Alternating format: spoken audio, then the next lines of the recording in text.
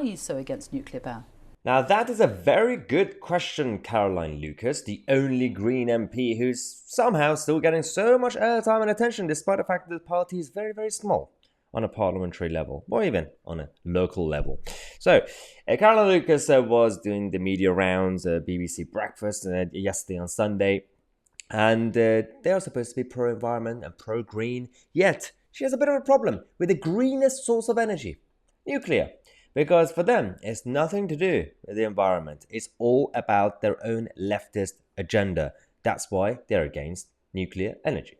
That we still need. It is the distraction from what this energy strategy should have been about, which is to have put energy efficiency and energy saving right at its heart. Energy efficiency. Okay, fine. People like Caroline Lucas because they are in the pocket of the green lobby.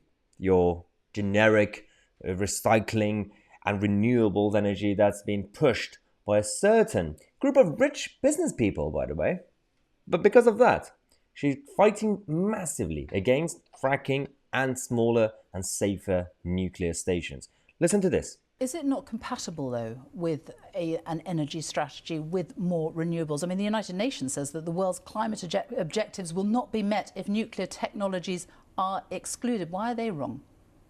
There are plenty of other academic studies that will show how you can reach net zero fast without using nuclear. As I said, hang on, which research, which study are you actually talking about that could actually help us reach your net zero dream, your dystopia, fast, cheap, and efficiently? It's impossible. The only way we could do it is to turn this country into Venezuela, to turn every country into Venezuela. And well, what's going on right now in Shanghai? Maybe you want to bring Shanghai to London. Maybe that's the plan. Because if you listen to even your friends in the United Nations, they are saying that if you want to go green, you have to also consider nuclear. That is not the way we should be designing our energy policy in this country. But it's not just staying with nuclear. It's not just the UN that say that. It's the UK's own Climate Change Committee. It's the International Energy Agency.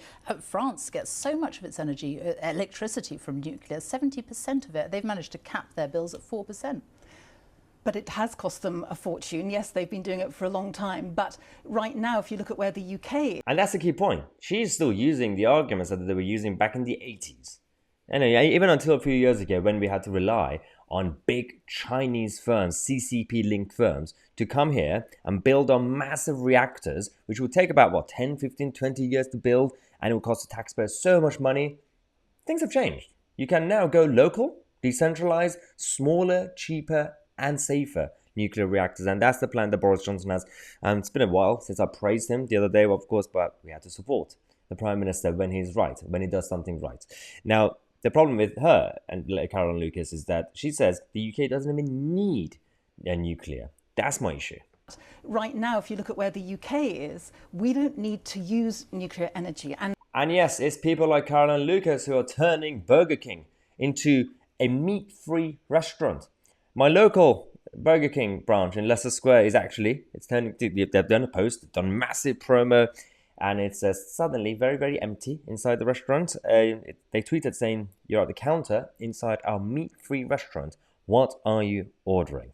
There have been a lot of jokes on Twitter. A lot of people said, order a taxi or order McDonald's on Uber Eats. The problem I have is that sign, have it your way. That used to be the go-to Burger King slogan, that, you could basically have your burger the way you want it. Clearly not anymore, because they are trying to pander to the green lobby, and they are no one's going in. And every single time we've seen the reaction to this tweet, all the replies is people taking pictures of the empty Burger King branch. You wonder why. Caroline Lucas is wrong, Burger King. Do not listen to Caroline Lucas.